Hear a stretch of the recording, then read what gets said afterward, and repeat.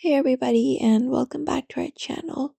In today's video, we are going to learn how to remove the Doordash payment method. So without any delay, let's just start right in and get started. For that, you can start by opening up the Doordash application on your device first and logging into your account. Once you are logged in, you may go ahead and look out for the Me icon in the bottom right corner and access your profile. Now that you've accessed your profile, what you need to do is basically access your settings. So look out for the settings option within your profile right here and tap on it and open it up. And once you open it up, you just need to look out for your payment option here. So look out for the payment option and tap on it. After you tap on it, you will be given an option to add up a payment method and all of the payment method available right below it.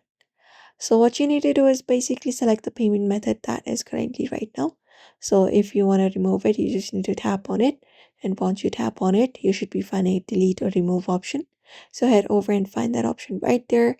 And once you select it, you should be able to remove your DoorDash payment method very easily.